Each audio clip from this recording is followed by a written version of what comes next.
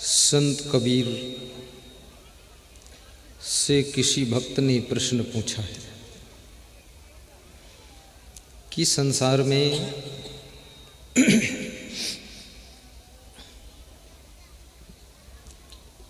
मनुष्य टेंशन में क्यों रहता है। कल ये प्रश्न किया था पर उत्तर नहीं दे पाया था, आज फिर से। और मनुष्य इतना समझदार होते हुए, बुद्धिमान होते हुए बातें करता है तो ऐसा लगता है इसके सामने तो ब्रह्मा जी भी फेल है। लेकिन जब दारू पीता है तो ऐसा लगता है इसके सामने तो पूरा खुद ही दारू भट्टी बना हुआ है। और बीड़ी से बीड़ी जलाकर पीता है और कहता है सुबह एक बीड़ी जलाता हूँ और शाम तक जब तक सो नहीं जाता हूँ तो बीड़ी से बीड़ी जलाकर पीता रहता हूँ, कभी बीड़ी बंद ही नहीं करता हूँ। बीड़ी पीने में मेरा फर्स्ट नंबर है। ऐसा इंसान इतना बुद्धिमान, इतना समझदार, और फिर भी ये छोटी सी बीड़ी का गुलाम बन जाता है, शराब की बोतल में फंस जाता है, जुआ खेलते खेलते द्रौपदी को भी हार जाता है और शराब पी करके यमुना की धारा में डूबकर मर जाता है। ताश के पत्तों को फेंकते फेंकते अपने अमूल्य समय को बर्बाद करता है। आखिर ऐसा क्यों? तीसरा प्रश्न पूछा गया सदगुरु कबीर साहब से। मनुष्य के पास में इतना ज्ञान है, विज्ञान है, संज्ञान है, लेकिन फिर भी ये बहुत से भ्रम में क्यों पड़ा रहता है। इसके अंदर बहुत भ्रांति रहती है। भूत पेत का भ्रम, जिंद परिंद का भ्रम, चुड़ैल का भ्रम, साढ़े साती शनि का भ्रम, मंगल टेढ़ा सीधा, कितना लफड़ा है इसके पास। जंतर मंतर टोना टंबर, इस मकान में रहने का भ्रम, ये गाड़ी हमें सूट नहीं किया इसका भ्रम। गाड़ी कोई सब्जी है जो छूट नहीं किया है। अंधाधुंध चलाते हो, लड़ते हो, टकराते हो, फिर गाड़ी को कहते सूट नहीं किया। लोहा में सूट फूट क्या होता है। नाना प्रकार के भ्रम में डूबा हुआ इंसान शांति की तलाश में घूमता रहता है। कभी कैलाश मानसरोवर में जाता है, कभी चारों धाम में भ्रमण करता है, कभी साईं बाबा के यहाँ भीड़ में लाइन में लग जाता है, और कभी जाकर के सिनेमा हॉल में बैठ जाता है, और कभी जाकर के मार्केट की सैर करता है, नेपाल भोपाल घूमता रहता है।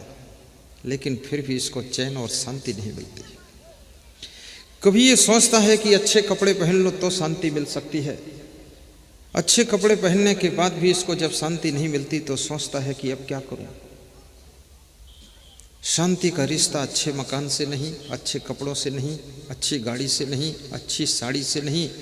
शांति का रिश्ता कैलाश मानसरोवर में घूमने से भी नहीं है, लंका में भ्रमण करने से भी नहीं। देश विदेश की यात्राएं कर डालो। स्वामी विवेकानंद ने एक बहुत बड़ी बात कही थी। प्राचीन समय में ही उन्होंने कह दिया था कि मनुष्य अपनी इस खोपड़ी को विश्व के चारों कोनों में घुमा दे, लेकिन फिर भी उसको शांति नहीं मिलेगी। जिस दिन अपनी खोपड़ी को पवित्र कर लेगा उस दिन वह घर बैठे शांति को प्राप्त कर देगा।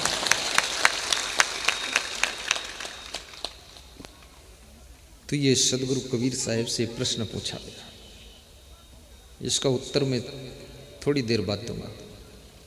एक दूसरा प्रश्न है, प्रश्न करना था लेकिन बीच में ही चालू हो जाता प्रवचन। कल मेरे से श्री हेमंत शर्मा जी कह रहे थे और श्री शंभू सिंह चंद्रावत कि व्यास गादी पर जब तुम बैठते हो तो ऐसा लगता है कि ऊपर से ज्ञान उतरता चला जा रहा है। तो मैंने कहा तो व्यास गादी से उतारते क्यों हो, बैठा ही रखो, ज्ञान उतरता ही रहे। कल बता रहे थे, बोली वो धारा जुड़ जाती है, साक्षात सरस्वती आकर बोलती है। बोले बहुत से लोगों को देखा किताब रखकर प्रवचन देते हैं, उसमें कुछ पढ़ लेते हैं, तुम्हारे पास तो कुछ भी नहीं, अंदर पीने का पानी रखा है। प्रवचन किताब देखकर नहीं होता, पुस्तक देखकर नहीं होता, प्रवचन तुम्हारा मस्तक देखकर होता है। तुमको देखकर प्रवचन करता हूँ, तुम्हारा चेहरा पढ़ता हूँ मैं, तुम्हारा मुंह देखता हूँ, जैसा जैसा मुंह तुम बनाते हो, बिगाड़ते हो, वैसा सत्संग बदलता रहता हूं मैं। तुम्हारी मुखमंडल से प्रवचन निकलता है, जैसा चाहो वैसा प्रवचन मेरे अंदर से निकाल सकते हो, बस तुम मुंह बनाना सीख लो ठीक से, फिर हो जाएगा। और तुमको आ गया है इसलिए तुम मुस्कुराते हो, ताली बजाते हो तो प्रवचन अच्छा होता है। अगर तुम मुंह ऐंठ कर बैठो तो प्रवचन भी ऐंठ जाएगा। खुश बैठना है। चाणक्य हमारे देश के बहुत बड़े नीतिकार हुए। उनसे पूछा गया कि वह कौन सा घर है, वह कौन सा गृहस्थ आश्रम है जिसको धन्य कहा जा सकता है। अर्थात गृहस्थ आश्रम को धन्य बनाने के लिए, गृहस्थ आश्रम को ऊंचा उठाने के लिए, गृहस्थ आश्रम में सुख शांति पाने के लिए, गृहस्थ आश्रम को सफल बनाने के लिए मनुष्य को कैसे जीवन जीना चाहिए, कौन कौन फार्मूलों का प्रयोग करना चाहिए जिससे गृहस्थ आश्रम कलह कलेश का केंद्र न रहे, गृहस्थ आश्रम भी शांति से व्यतीत हो सके। इसमें ज्यादातर गृहस्थ बैठे, विरक्त तो मुट्ठी भर ही है। शानंदम सदनम सुता सुधिया कांता प्रिया लापिनी इच्छा पूर्ति धनम सोयोषित रति स्वाज्ञा परः सेवकः आतिथ्यम शिवपूजनम मिष्ठान्न पानम गृहे साधो संगम च उपास्ते सततम धन्यो गृहस्थाश्रमः। अगर अर्थ समझ गए हो तो विस्तार न करो। समझ गए कि नहीं? बोलो। नहीं समझे? चलो आज स्वीकार तो किया कि समझ में नहीं आया। बहुत अच्छा अर्थ है। शानंदम सदनम, जिसका घर सदैव आनंद से भरा रहता है वो गृहस्थ आश्रम धन्य है। जिसके घर में कभी कलह कलेश नहीं होता है, कभी राग द्वेष नहीं होता है, देवरानी जेठानी के बीच में ईर्ष्या नहीं होती है, भाई भाई के बीच में तनाव नहीं होता है, पिता पुत्र के बीच में दीवार नहीं खड़ी होती है और सासू बहू के बीच में तकरार नहीं होती है, वह गृहस्थ आश्रम आनंद का केंद्र बनता है।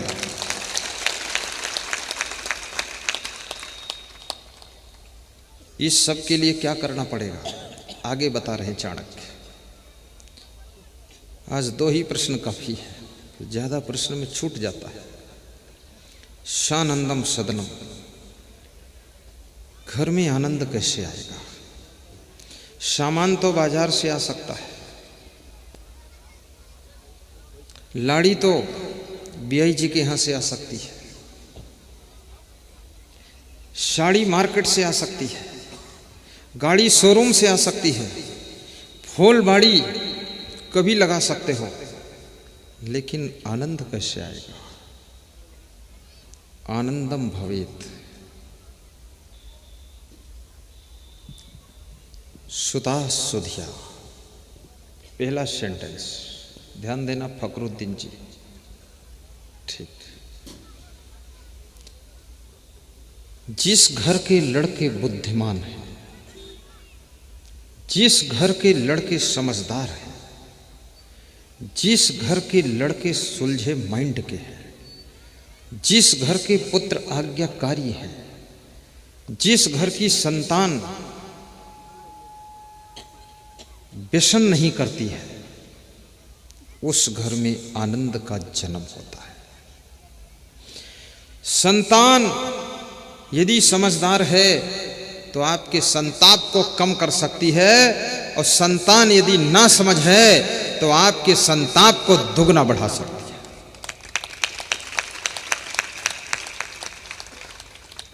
मनुष्य जितना अपने शत्रु से दुखी नहीं है, उससे ज्यादा अपने पुत्र से दुखी है।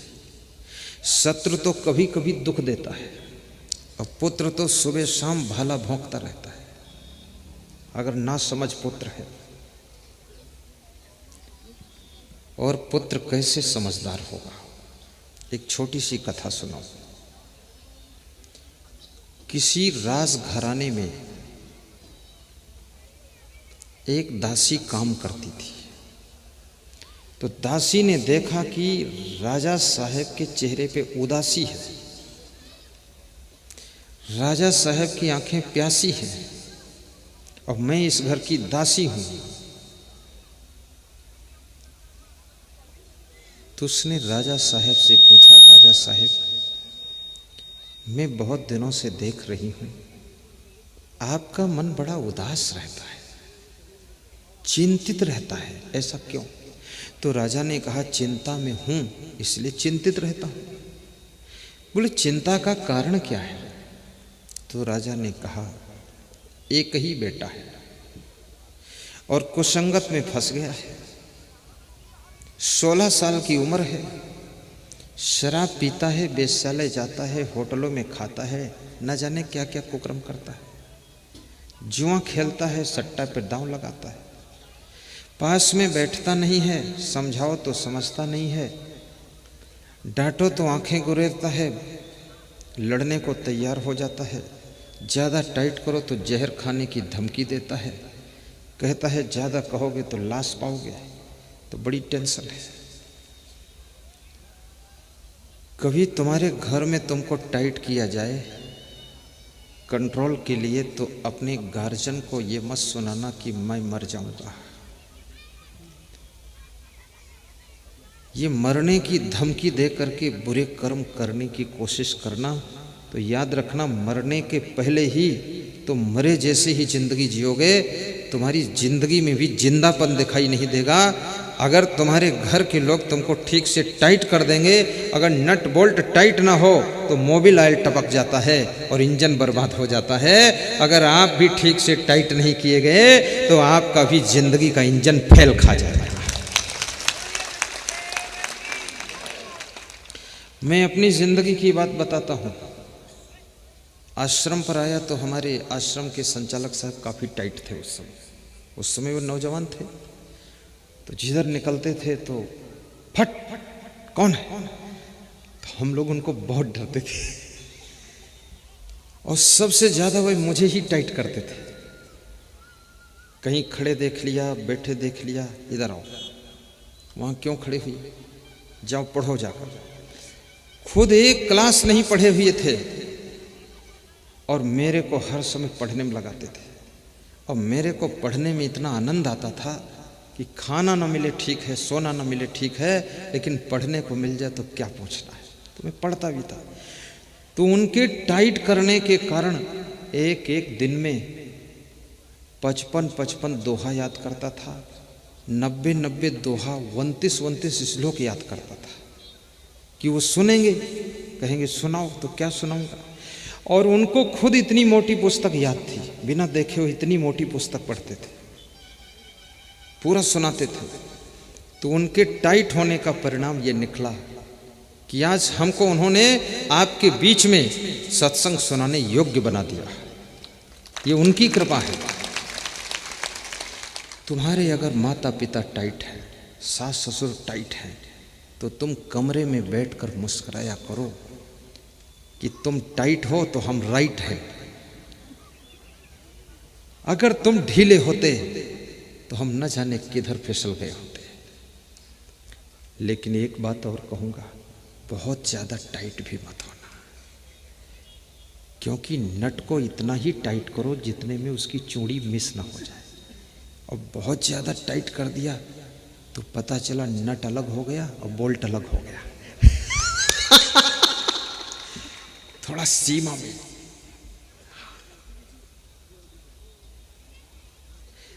और टाइट भी करो तो कुम्हार जैसा टाइट करो।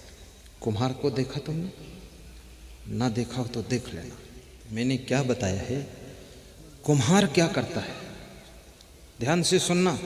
ये सबके समझने जैसी बात है, सुनने जैसी बात है और जीवन में उतारने जैसी बात है, और माता पिता सास ससुर के लिए बड़ी जरूरी बात है। इस पर ध्यान देना, गौर करना, भूलना मत, पकड़ के रखना। कुम्हार जब घड़ा बनाता है, ऊपर से घड़े को पीटता है और अंदर से हाथ लगाए रहता है। अंदर से थपाक लगाए है तो उस कुम्हार से पूछो ऊपर से पीटते क्यों हो इसको, तो कहता है कि घड़ा इतना मजबूत बने कि कभी न फूटे, इसलिए पीट रहा हूं। तो बोलो अंदर से हाथ क्यों लगा रखा है? बोले घड़ा अभी कच्चा है, अंदर से हाथ का सहारा इसलिए दिया हूं कि घड़ा कहीं अभी न फूटे। अंदर से हाथ का सहारा इसलिए दिया जा रहा है कि घड़ा अभी न फूटे, और ऊपर से पीटा इसलिए जा रहा है कि घड़ा इतना मजबूत हो जाए कि कभी न फूटे, अभी न फूटे और कभी न फूटे, ऐसा घड़ा तैयार पड़ा जाए। ये माता पिता और सास ससुर और गुरु के लिए बड़ी जरूरी पॉइंटेड बात है कि बेटे को इतना लाडला भी मत बनाना कि भविष्य में बिल्कुल बौड़म दास बना घूमे, और इतना टाइट भी ठोक पीट मत कर देना कि अभी ही गड़बड़ा जाए। लाड़ी को इतना लाडली मत बनाओ कि फिर दिन में भी रजाई ओढ़ कर पड़ी रहे।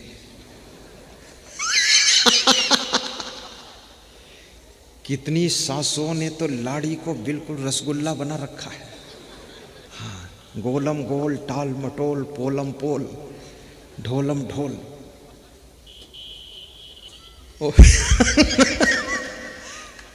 ज्यादा लाडली मत बनाओ,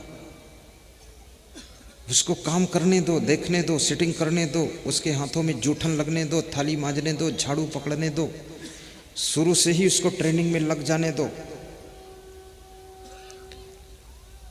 और अपनी लाड़ी को इतना ज़्यादा लोड भी मत डालो कि अभी नई नई किसी जागीरदार के घर से बेटी आई है, किसी हाड़ा परिवार से बेटी आई है, कोमल हाथों में पली थी, और यहाँ तुमने उसको ऐसा रगड़ दिया कि चटनी हो गई।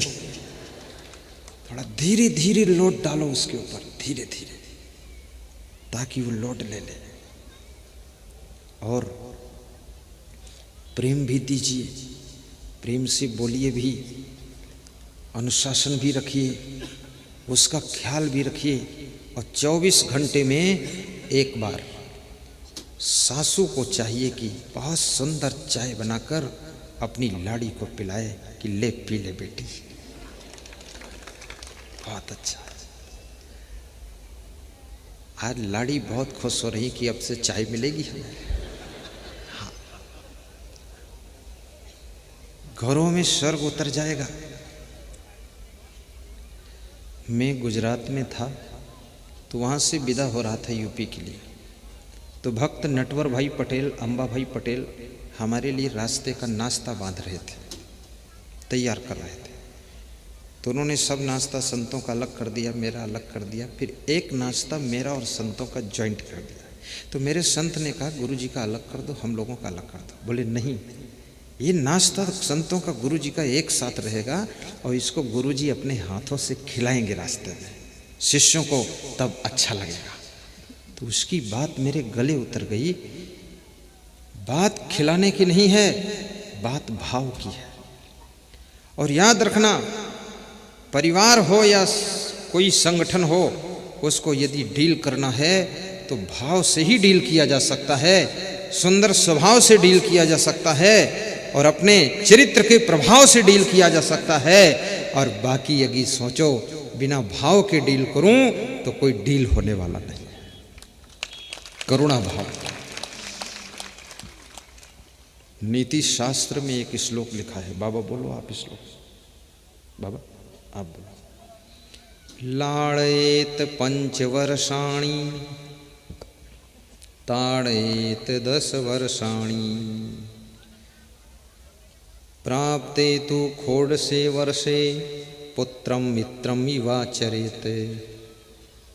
लाड़ेत बहवो दोषा ताड़ेत बहवो गुणा तस्मात् पुत्रश्च शिष्यश्च ताड़येन न तु लालेत। 5 वर्ष तक बालक के साथ में लाड़ कीजिए। 5 वर्ष के बालक को पिटाई मत करो, ठोंक पीट मत करो, गम खा लो, निभा लो, क्षमा कर दो।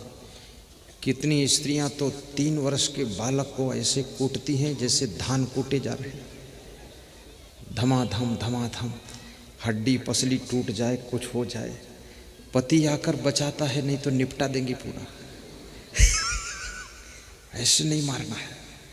बच्चा है, छोटा है, अज्ञानी है, ज्ञान नहीं है, क्षमा कीजिए उसको। और 5 वर्ष से जब बड़ा हो जाए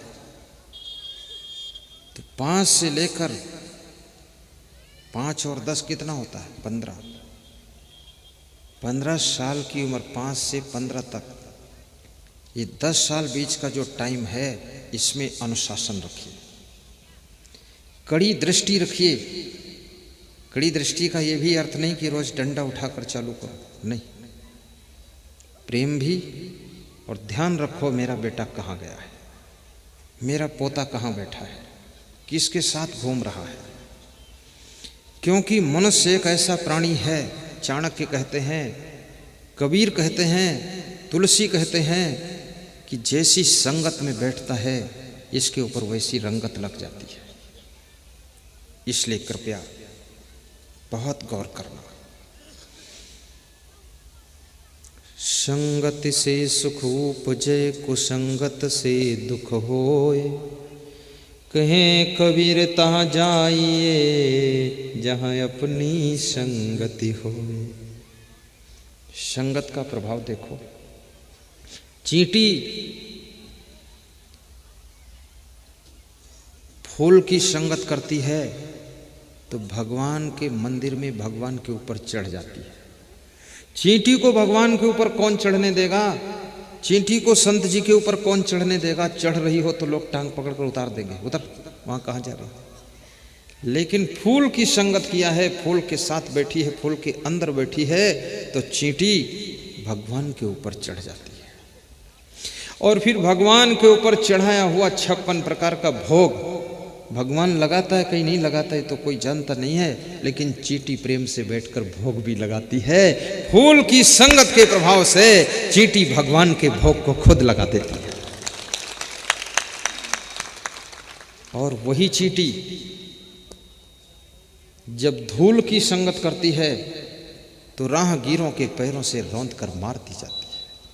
और वही चींटी जब जलती हुई लकड़ी की संगत करती है, आग में जल करके मर जाती है। चींटी वही है। संगत बदल गई तो चींटी की जिंदगी के परिणाम बदल गए। इंसान वही है। चोर के साथ में बैठ जाओ तो पुलिस के 4 डंडे फालतू खा जाओगे, और संत के साथ में बैठ जाओ, सफेद कपड़े पहन करके, पाजामा कुर्ता ही पहन लो, तो संत के पैर कोई छुएगा तो तुम्हारे भी पैर छूने के लिए झुक जाएगा। ये संगत का प्रभाव होता है। इसलिए हमेशा अच्छी संगत में बैठिए। तो मैं आपको बता रहा था कि राजा साहेब के चेहरे पर बहुत उदासी थी, क्योंकि उनका बेटा बिगड़ गया। चाणक्य कहते हैं 16 साल से ऊपर जब बच्चे की उम्र हो जाए तो उसके साथ में मित्र की तरह रहो। पुत्र नहीं, मित्र का व्यवहार करो।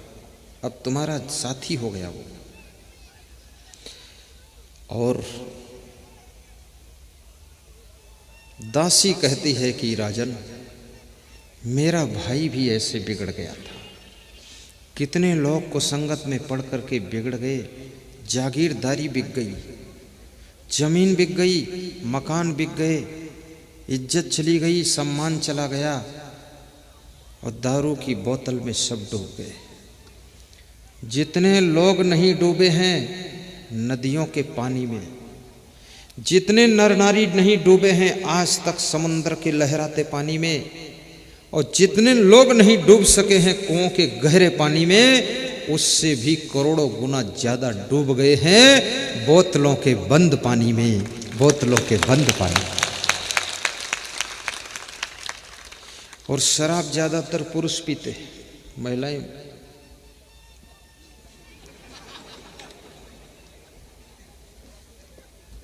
पूरा पूरा तो नहीं कह सकता नहीं पीती हैं, कोई कोई टेस्ट लेती है।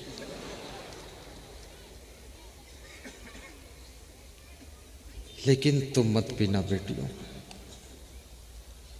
तो क्या तुम पीते रहना है? तुम भी छोड़ देना।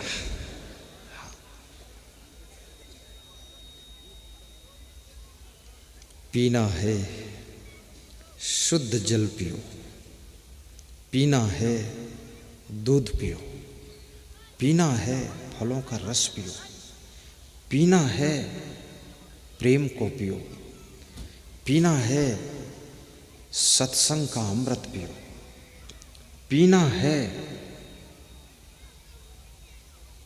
ऐसी चीज पियो, भक्ति का अमृत पी लो, भक्ति का प्याला जो मीरा ने पिया था, ध्रुव ने पिया था, प्रहलाद ने पिया था, सेवरी ने पिया था। आज कोई हीरोइन मरने के बाद उसको कोई याद नहीं करता है, नाम नहीं लिया जाता है। हीरो के मरने के बाद उसकी याद खत्म हो जाती है, लेकिन ध्रुव, प्रहलाद, मीरा और सेवरी संसार छोड़ने के बाद भी आज उससे ज्यादा सबके दिलों में जिंदा है।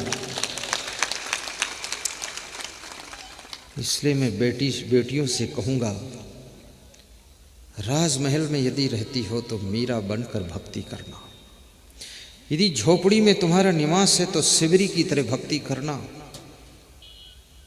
तुम ध्रुव और प्रहलाद बनकर भक्ति करना, राम बनकर के विश्वामित्र जैसे गुरु की सेवा करना, कृष्ण बनकर के संदीपन गुरु के चरणों में बैठ करके भक्ति करना, कभी राम बन के कभी कृष्ण बन के चले आना, प्रभु जी चले आना। गीत है ना, आप कहो तो गा दूं, गाऊं?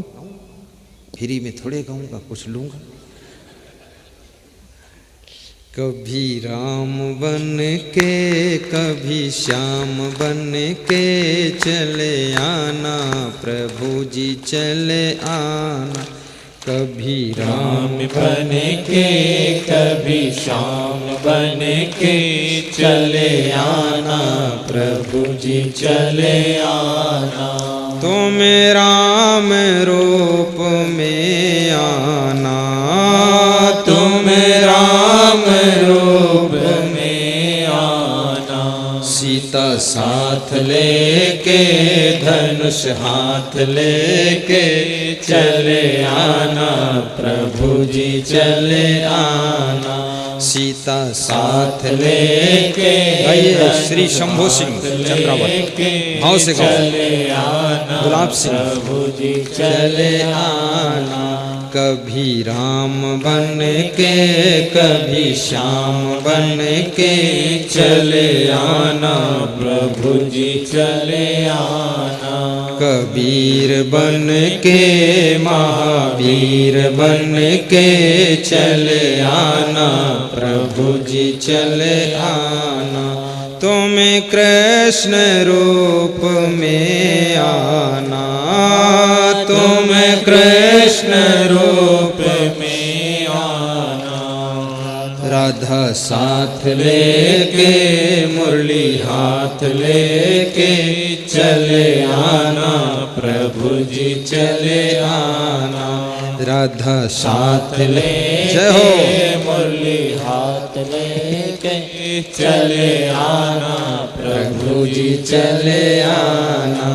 कभी राम बन के कभी श्याम बन के चले आना, प्रभु जी चले आना। कभी राम बन के कभी श्याम बन के जोर से गाओ। चले आना, प्रभु जी चले आना। तुम क्षमा रूप में आना, तुम क्षमा रूप पिंकी गुजर, यही नाम है ना? तुम क्षमा रूप में आना, तुम क्षमा रूप में आना। सुख करता बन के दुख हरता बन के चले आना, गुरु जी चले आना। सुख करता बन के दुख हरता बन के चले आना, प्रभु जी चले आना। कभी राम बन के कभी श्याम बन के धन्य हो, जय हो तमर सिंह भाड़ा, जोर से बोलो। कभी राम बन के कभी श्याम बन के चले आना प्रभु जी चले आना। तुम राम रूप में आना, तुम राम रूप में आना। सीता साथ लेके धनुष हाथ लेके, बहुत सुंदर आनंद आ गया, ढाबा धुआं खड़ी। प्रभु जी चले आना। चाणक्य जो कि भारत देश के बहुत बड़े विख्यात नीतिकार हुए। शानंदम सदनम सुता सुधिया कांता प्रिया लापिनी, इच्छा पूर्ति धनम सोयोसित रति स्वाज्ञा परः सेवकः, आतिथ्यम प्रद्दिनम मिष्ठान्न पानम गृहे, साधु संगम उपास्ते चा सततम धन्यो गृहस्थाश्रमः। वह कौन सा गृहस्थाश्रम है जिसको धन्य कहा जा सकता है? वह कौन सा घर है जिसमें सदैव आनंद मंगल रहता है?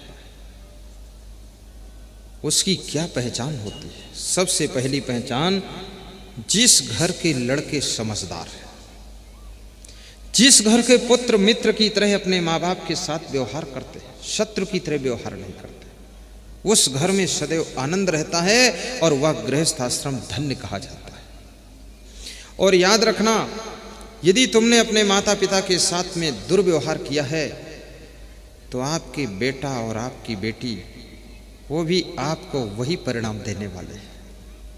क्योंकि मनुष्य जो भी कर्म करता है, किसी के साथ में कर्म करे, लेकिन उस कर्म का फल उसी के पास में आता है।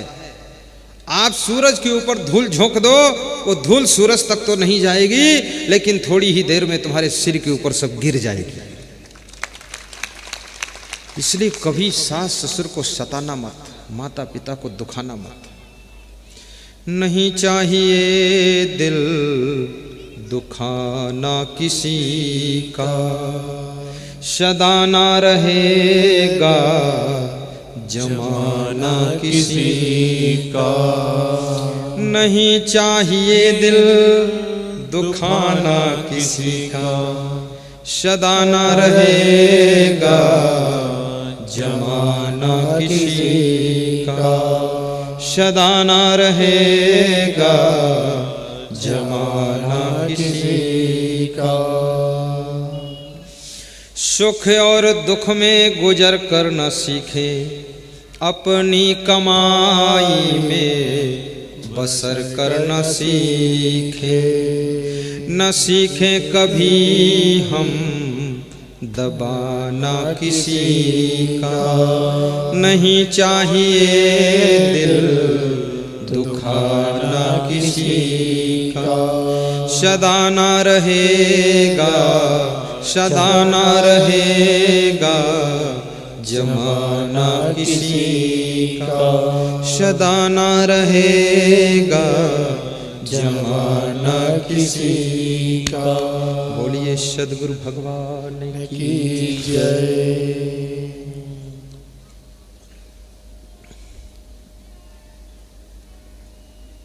मैंने सुना है किसी घर में नई नई लाड़ी आई, उसने अपने पति को कहा, तुम्हारे बूढ़े माँ बाप की सेवा मैं नहीं कर सकूं। थाली में जूठन छोड़ देते हैं, गंदगी रखते हैं, जहाँ देखो वहाँ थूकते हैं। इनको घर से बाहर झोपड़ी है उसमें रख दीजिए, और इनके भोजन करने के लिए मिट्टी के बर्तन रख दीजिए, और मिट्टी के पात्र में भोजन करेंगे। वो पात्र को अलग डाल दिया जाएगा, मांजना धोना नहीं पड़ेगा। पति अपनी पत्नी का बहुत आज्ञाकारी शिष्य था, पूरी बात मान लिया। कितने पति लोग बड़े आज्ञाकारी शिष्य होते हैं, रोज सुबह शाम हाथ जोड़कर पूछते हैं, देवी और कोई आज्ञा है? बिना विवेक का काम करते हैं। वह नारी महान है जो अपनी पति को गिड़गिड़ाने के लिए मजबूर नहीं करती है। वह स्त्री लक्ष्मी का रूप है जो अपने पति के सम्मान को बनाकर रखती है। वह नारी नारायणी है जो अपने पति का कभी अनादर नहीं करती है और उसको मर्यादा से विरुद्ध झुकाने की कोशिश नहीं करती है, वो नारी जिस घर में रहती है उस घर में लक्ष्मी की कृपा सदैव रहती है।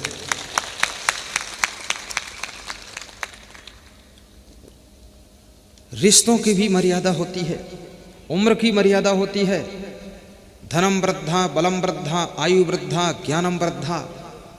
श्रीमद् भागवत में कहा गया है कि आयु में जो बड़ा है उसको भी बड़ा मानना चाहिए, धन में जो बड़ा है उसको भी बड़ा मानना चाहिए, बल में बड़ा है उसको बड़ा मानना चाहिए, जो बुद्धि में बड़ा उसको बड़ा मानना चाहिए, और जो ज्ञान में बड़ा है उसको सब बड़ों में सबसे बड़ा मानना चाहिए।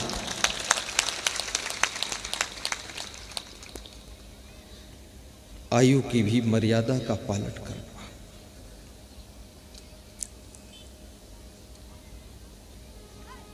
बूढ़े माँ बाप को झोपड़ी में घर के बाहर रख दिया गया है। दोनों डोकरा डोकरी साथ साथ बैठकर मुस्कुराते रहते हैं। शायद इसी का नाम है दुनिया। आज हम घर से बाहर निकाल दिए गए। याद रखना, दुख कितना ही कठिन हो लेकिन किसी के साथ में दुख को भोगना आसान हो जाता है, और दुख कितना ही छोटा हो पर उस दुख को अकेले भोगना बड़ा कठिन हो जाता है। 1 किलोमीटर भी पैदल चलना, अकेले पैदल चलना बड़ा कठिन हो जाता है, लेकिन 20 किलोमीटर भी सबके साथ साथ में पैदल चलना आसान हो जाता है। गिरिराज की परिक्रमा लोग करते हैं, अयोध्या में परिक्रमा करते हैं, नैमिषारण्य मिश्रिक में परिक्रमा करते हैं, लाखों लोग एक साथ में परिक्रमा करते हैं, तो सैकड़ों किलोमीटर की परिक्रमा, 15-15 किलोमीटर की परिक्रमा हंसते हंसते पूरी हो जाती है। और 1 किलोमीटर यदि अकेले चलना पड़ जाए तो भी भारी पड़ जाता है। याद रखना, दुख भी साथ साथ भोगा जाए तो दुख भी सुख में बदल जाता है। दोनों पति पत्नी डोकरा डोकरी के रूप में एक एक खाट पर लेटे हैं, करवट बदल बदल कर बातें कर रहे हैं कि क्या जिंदगी है। ये घर तो मैंने बनाया, बेटे को मैंने पैदा किया, पढ़ाया लिखाया, विवाह किया गया, ये लाड़ी आ गई है, इसने हमको बाहर कर दिया। कोई बात नहीं, खुश हैं, मिट्टी के पात्र में भोजन कर रहे हैं। जिन्होंने चांदी की थालियां खरीद कर घर में रखा था, आज उनकी किस्मत में मिट्टी का पात्र है। याद रखना, किस उम्र में, किस वर्ष में, किस सप्ताह में, किस दिन में आपकी किस्मत का सितारा किधर को चेंज हो जाए कुछ पता नहीं। तुम क्या से क्या बन जाओ। बहुत दुखी भी हो जाते हैं। एक दिन उनका पोता घूमते घूमते वहां आया और पोता को देख करके गले लगा लिया। दादा दादी ने कहा, तेरा सहारा है, तू 2-4 साल में बड़ा हो जाएगा तो कुछ सुख मिलेगा। तो उस पोता ने कहा, दुख क्या है? बोले, दुख ये कोई कम है? ये महल बनाया हुआ मेरा है और झोपड़ी में मैं डाला गया हूँ। चांदी की थालियां खरीद कर रखा हूं, उनमें तेरी माँ तेरा पिता खाता है भोजन और मुझे मिट्टी के बर्तन में भोजन देता है। ये कोई कम दुख है? मच्छर काट रहे हैं यहाँ, गर्मी लगती, पंखा नहीं यहाँ, फ्रिज का ठंडा पानी नहीं यहाँ, वो मटके में रखा पानी है, गंदा फंदा पीना पड़ता है। तो उस पोता ने कहा, पोता समझदार था, उसने कहा, मैं 2-4 दिन में ही खेल बदल दूंगा आपका। तो जितने मिट्टी के पात्र थे जिनमें वो भोजन करते थे, उनको वो पोता इकट्ठा करके रखता गया। 1 महीने में वह पात्र 100-150 इकट्ठे हो गए। सुबह नाश्ता का पात्र, दोपहर भोजन वाला, फिर शाम भोजन वाला। एक दिन वो लाड़ी अपने पति के साथ में देखने आती है कि सास ससुर का क्या हाल है। हाल बिगाड़ दिया, फिर हाल देख रही हो। जिसकी चाल बिगड़ जाती ना, तो उसके साथ में जो भी रहेगा उसका भी हाल बिगड़ जाएगा, और जिसकी चाल ठीक है उसका हाल ठीक रहेगा, और उसके साथ जो भी रहेगा उसका भी हाल ठीक हो जाएगा। और जिसकी चाल बिगड़ गई तो उसका खुद का हाल बिगड़ जाता है, और दूसरे जो साथ में जुड़े रहते ना उनका भी हाल बिगड़ जाता है। इसलिए हाल को सुधारना है तो सबसे पहले अपनी चाल को सुधार लो, तो हाल अपने आप ठीक हो जाएगा। लोग चलती भाषा में पूछते हैं, कहो क्या हाल चाल है, तो लोग बोलते हैं परफेक्टली ऑल राइट, सब ठीक है, चकाचक है। चकाचक है कि कचाकच है कि खचाखच है, क्या है? क्या हाल कहूँ अपने घर का, क्या हाल कहूँ अपने घर का, सुख साधन है लेकिन चैन नहीं।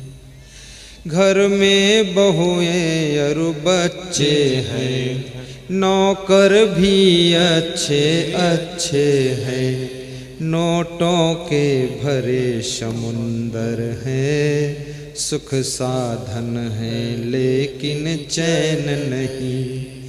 क्या हाल कहूँ अपने घर का, सुख साधन है लेकिन चैन नहीं।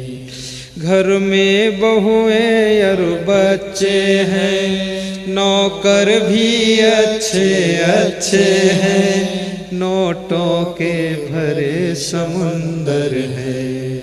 नोटों की गड्डियों को गद्दा बनाकर सोने वाले लोग भी चैन से नहीं सोते। गले में सोने की चैन पहनने वालों को जिंदगी में चैन नहीं मिली। सोने की चैन पहनने वाले सुखी हैं कि चैन से सोने वाले सुखी हैं? जरा इस पर विचार कर लेना। सोने की चैन वाले तो दुखी हैं, लेकिन चैन से सोने वाले बहुत सुखी हैं। क्या हाल कहूँ अपने घर का, सुख साधन है लेकिन चैन नहीं। क्या हाल कहूँ, गा सकते हो मेरे साथ, दोहरा सकते हो। क्या हाल कहूँ अपने घर का, सुख साधन है लेकिन चैन नहीं। घर में बहुएं और बच्चे हैं, नौकर भी अच्छे अच्छे हैं, नोटों के भरे समुंदर है, नोटों के भरे समुंदर में सुख साधन है लेकिन चैन नहीं। सुख साधन है लेकिन चैन नहीं। चैन कैसे मिलेगी? सोने की चैन का मिलना आसान है, दूसरे की भी सोने की चैन तुम खींच सकते हो और अपने गले में पहन सकते हो, लेकिन जो दूसरों के गले की चैन को खींच लेता है उसकी जिंदगी की चैन पूरी चली जाती है। इसलिए दूसरों की चैन कभी मत खींचना। आपकी जिंदगी में चैन रहे, गले में चैन रहे या ना रहे, उसकी परवाह मत कीजिए, लेकिन दूसरे की चैन खींचकर पहनना ये आपकी चैन को नष्ट कर डालेगा, बहुत पाप लगेगा। किसी का सोना भी मत उठाओ, अपना सोना दान कर दो, चांदी दान कर दो, लोहा दान कर दो, मिट्टी दान कर दो, पुराने कपड़े गरीबों को दान कर दो, लेकिन ये चोरी चपारी। उस बालक ने मिट्टी के पात्र इकट्ठे किए, लाड़ी आकर देखती है तो अपने बेटे से पूछती, ये यहाँ क्यों इकट्ठा किया, इनको फेंक देना चाहिए। तो बेटे ने कहा कि माँ, हमारे दादा दादी के लिए हमारे पापा और मम्मी मिट्टी के पात्र में भोजन देते हैं, तो जब मेरे दादा दादी मर जाएंगे और मेरी शादी होगी और मेरी पत्नी आएगी, तो हम पति पत्नी आपको भी मिट्टी के पात्र में भोजन देंगे।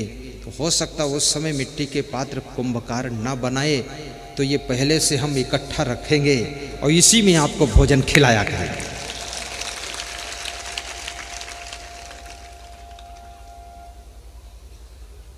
उस लाड़ी ने जब सुना ये बात, तुरंत लौटकर अपने राजमहल के घर में आई और अपने पति को बुलाया और कान में खुसर फुसर बात किया कि भविष्य बिगड़ने वाला है, ये मिट्टी के प्याले में हमको तुमको खाना पड़ेगा, इसलिए सास ससुर को अंदर ले आओ। सास ससुर अंदर आ गए, बोले चांदी की थाली में खिलाओ और इनकी सेवा अच्छी किया जाए, नहीं तो ये बेटा गलत सीख रहा है। 10 दिन के बाद उस पोता ने अपने दादा दादी से पूछा क्या हाल है, बोले सारा हाल तो तूने सुधार दिया है। और उस लाड़ी ने अपने बेटे से पूछा, पति पत्नी ने, बेटा अब तू मुझको कैसे भोजन खिलाएगा? तो उसने कहा आप अपने सास ससुर को, माता पिता को चांदी की थाली में खिला रहे हो तो मैं इतना उन्नति करूंगा, विकास करूंगा कि आपको सोने की थाली में भोजन खिलाऊंगा। तुम जैसा व्यवहार अपने सास ससुर के साथ करते हो, जैसा बर्ताव अपने बूढ़े माता पिता के साथ करते हो, उसको तुम्हारे बच्चे सीख रहे हैं, देख रहे हैं, सोच रहे हैं, समझ रहे हैं और तुम्हारे साथ भी वैसा ही बर्ताव होने वाला है।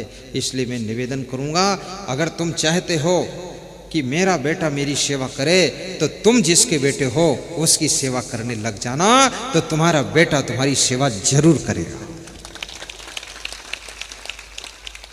अपने माता पिता को बहुत अच्छे ढंग से रखिए, और माता पिता जितने हैं, दादा दादी हैं, मैं उनसे भी कहूँगा गम भी खा लेना। कितने दादा दादी भी बहुत क्रोधी है, बहुत सनफन करता है। गम खाना, समता से रहना, सब्जी में नमक ना हो तो भी शिकायत मत करना, प्रेम से खा लेना।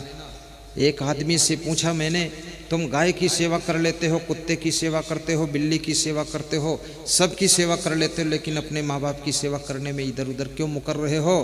तो उसने कहा गाय में एक खासियत है, बिल्ली में खासियत है, कुत्ते में खासियत है, भैंस में भी खासियत है, बकरी में खासियत है, लेकिन माँ बाप में वो खासियत नहीं। तो मैंने कहा कौन खासियत? बोले ये खासियत है, गाय भैंस बकरी को कुछ भी खाने को दे दो वो शिकायत नहीं करती है, जितना खाना खा लेती है, पर माँ बाप को अगर कचौड़ी खिलाओ तो भी इनका किचकिच खत्म नहीं होता है, ये बहुत शिकायत करते हैं।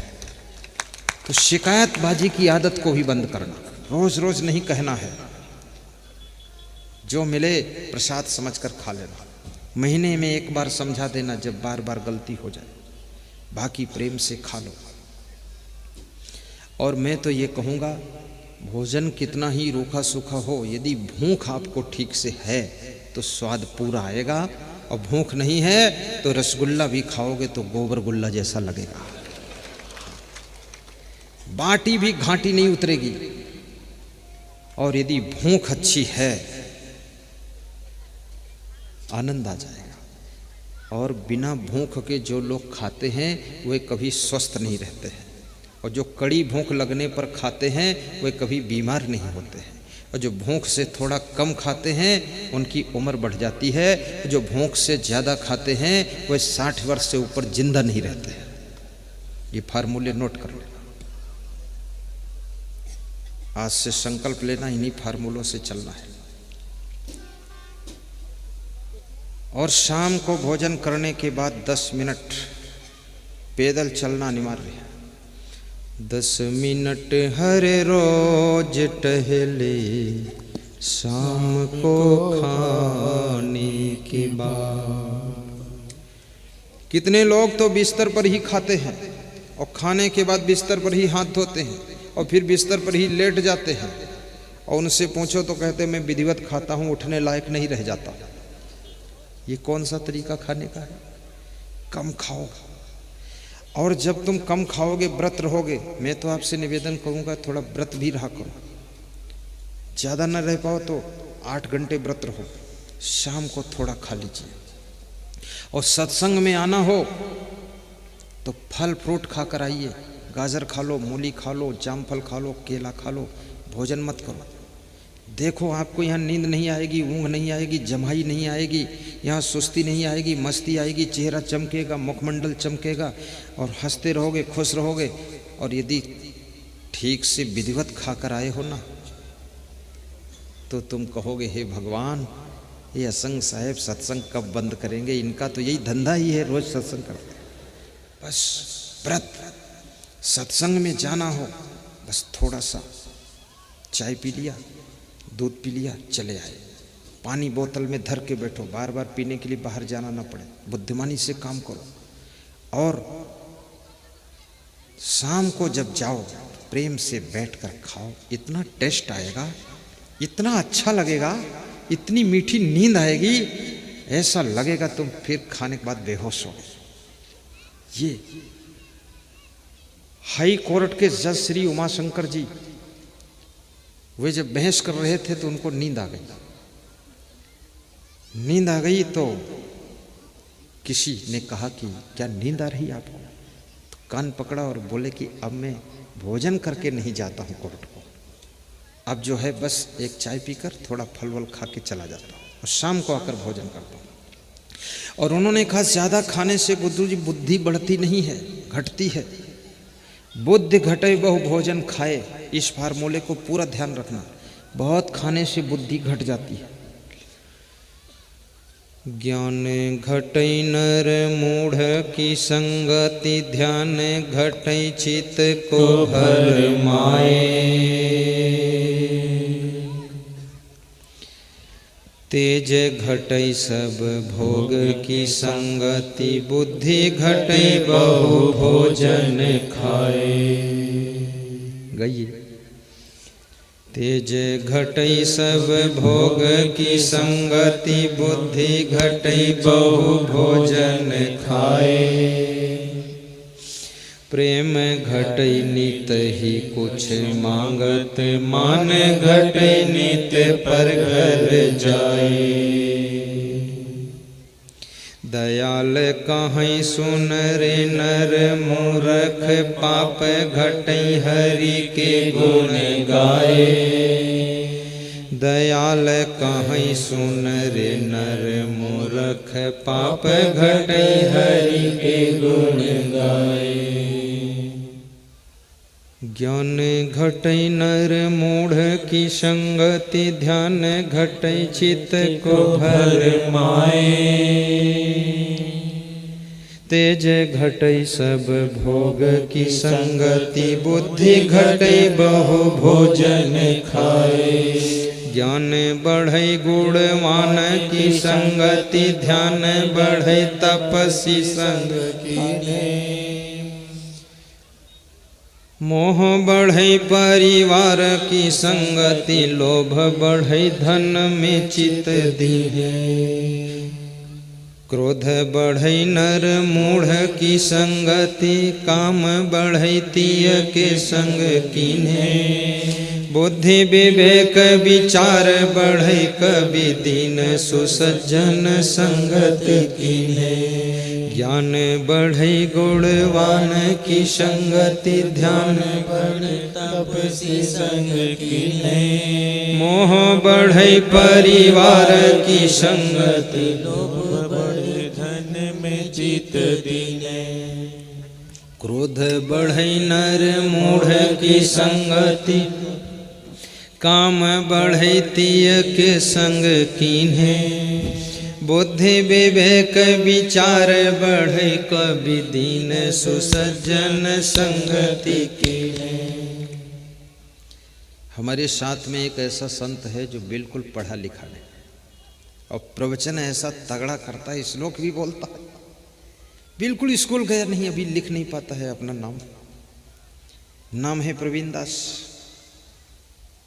और जितना सेवाएं भी बहुत बड़ी करता है, बिल्कुल 2.5 फीट का लंबा है, छोटा सा है, यहाँ नहीं आया है, आएगा तो दिखाऊंगा, बिल्कुल दिखाने लायक वो संत। बड़ा ब्रिलियंट और बड़ा तार्किक और बहुत जबरदस्त। उसको श्लोक भी याद है। कैसे याद हो गया? गुणवान की संगत में रहते रहते, ज्ञानी की संगत में रहते रहते अपने आप को भी ज्ञान आ जाता है। भक्त के घर में रहने वाला तोता, वो भी सीताराम बोलने लग जाता है, और दुष्ट के घर में रहने वाला तोता गाली देने लग जाता है। क्या करोगे उस तोते को? भाइयों और बहनों, किसी बाजार में दो तोता बिक रहे थे। एक तोते की कीमत 5,000 थी, दूसरे की कीमत 5 रुपये थी। राजकुमार बग्घी पर गया, मार्केट में पहुंचा और तोता की कीमत पूछा तो 5,000 5 रुपये। एक जैसा पिंजड़ा और एक जैसे तोता। तो उसने पूछा इतना अंतर क्यों है? बोले खरीद कर ले जाओगे तो अंतर का पता चलेगा। बोले एक तोता लूँगा मैं, 5 रुपये वाला दे दो। बोले नहीं, दोनों जोड़ा ही बिकेगा। तो 5,000 5 रुपये के तोता लेकर गए। तो जो 5,000 का तोता था, तोता समझते हो ना, सुआ, तो उस तोता को अपने विश्राम कक्ष के बाहर बरामदे में पिंजड़ा टांग दिया। कीमती तोता है, देखता हूं क्या करता है। तो सवेरे जब 5 बजे तो तोता जाग कर बैठ गया और बोला, राजा साहेब जय सिया राम, ब्रह्म मुहूर्त है, जागो, भगवान का ध्यान लगाओ। सीताराम, राजकुमार अब सोने का वक्त नहीं है। जब राजकुमार जागा तो मीठे मीठे भजन सुनाए उस तोता ने। भजन सुनाने के बाद कहा कि अब जाओ स्नान करके अपना काम करो। तो राजकुमार खुश हुआ कि अरे ये तो 5,000 रुपये अदा हो गए, तो बहुत समझदार तोता है। दूसरी रात को उस तोते को हटाकर दूसरी जगह रख दिया, 5 रुपये वाला तोता का पिंजड़ा टांग दिया। सवेरे जब राजा उठा और उसका बेटा राजकुमार उठा तो देखा कि वो तोता 5 बजे सो रहा है पिंजड़े में। तो बोले डिस्टर्ब ना करो भाई, तोता थक गया होगा, रात में देर में सोया होगा। तो फिर 6 बजे आकर देखा फिर भी सो रहा है। तो राजा साहब ने और राजकुमार ने दोनों ने पिंजड़े को खटखटाया, ये उठ, सोता है भी। तो उठा और आंखें लाल पीली दिखाया राजा साहब की ओर और कहा, बेवकूफ तेरी ऐसी तैसी मुझको जगाया क्यों, तेरी हिम्मत क्या? और बहुत गालियां दिया, अंड फंड आदर मादर सब बोला। अब राजा को कभी कोई गाली नहीं दिया था, उसने बहुत गाली दी। तो राजा ने कहा, इसको निकालो, इसकी गर्दन ऐंठ कर फेंको, ये तो 5 रुपए की इसीलिए कीमत कम है, तो अंड बंड बोलता है और सुबह 7 बजे तक सोता है। तो उसको पिंजड़े से निकाल कर गर्दन ऐंठ कर मारने जा रहे थे। तो दूसरा तोता जो 5,000 की कीमत का तोता था, वो रोने लगा, तड़फड़ाने लगा, छटपटाने लगा। बोला मत मारो मत मारो मत मारो राजा साहब, इसने जो गलती किया मैं क्षमा मांगता हूं। ये तोता कोई और नहीं है, ये मेरा छोटा भाई है, हम दोनों सगे भाई हैं। बोले सगे भाई हुए तो बहुत नालायक है, इतनी गंदी गाली दिया, सह नहीं सकता। बोले इसकी गलती नहीं राजा साहब। बोले तो किसकी गलती? मेरी गलती।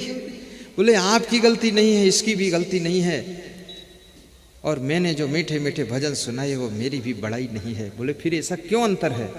बोले 7 जन्म हुआ था और बचपन से मैं एक महात्मा के आश्रम पर रहता था। तो महात्मा सवेरे उठता था, भजन गाता था, मैंने वहाँ भजन सीखे। और ये बचपन से एक दुष्ट के घर फंस गया, उसके घर में रोज लड़ाई झगड़ा गाली गलौज होता था, तो वही खुराफात सब सीखा है, देर से समझा, इसलिए इसकी कीमत कम है। तोता पंछी भी संत की संगत में रह करके सीताराम बोलता है, मंत्र बोलता है, भजन गाता है, मीठे मीठे गीत सुनाता है, और गलत आदमी की संगत में रह करके तोता भी गाली गलौज देने लग जाता है। तो भाइयों बहनों, तुम तो बहुत बुद्धिमान प्राणी हो, इसलिए नर नारी को गलत संगत में नहीं रहना चाहिए, अन्यथा तुम्हारी भी वाणी बिगड़ जाएगी, बुद्धि बिगड़ जाएगी। संगति से सुख उपजे, कुसंगत से दुख हो, कहे कबीर तहाँ जाइए जहाँ अपनी संगति हो।